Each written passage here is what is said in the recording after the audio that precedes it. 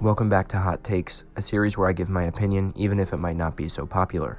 This is Daily Tapouts. Welcome to the show. Today I want to talk about the UFC cutting one of their most hyped heavyweight prospects, Robelis Despaigne. I made an Instagram story post regarding my opinion after his last horrible performance, and my opinion was that the UFC should cut him immediately. My original post reads, "If the UFC keeps him in the promotion, they are only doing him and his professional career a disservice. Now he's 1-2 in the UFC and has proven in his last two bouts that he is incredibly one-dimensional. He just can't get up from the ground at all. He's clearly talented, an Olympian, wildly skilled striker. But he's so young in MMA and he needs much more experience if the UFC wants him to be able to fulfill the star power he's capable of." I thought that when I made this post I was kind of shooting in the dark. I figured the UFC would give him one or two more favorable matchups to get his star power back, but Robelis Despaigne was being held down and controlled by people who don't have a wrestling background.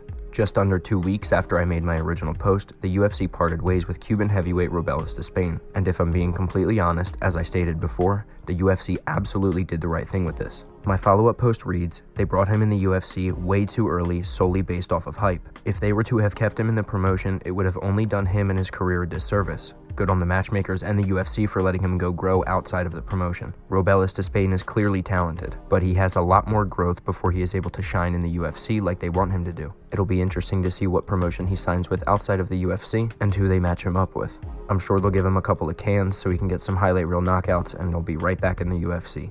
But hopefully he takes the time to actually grow, learn some offensive and defensive grappling, and most importantly learns how to get off of his back. There is just a lot more to the MMA game than flashy striking and some knockouts." Thanks for listening to me rant on Hot Takes, Episode 2. This has been Daily Tapouts FC. Thanks for watching.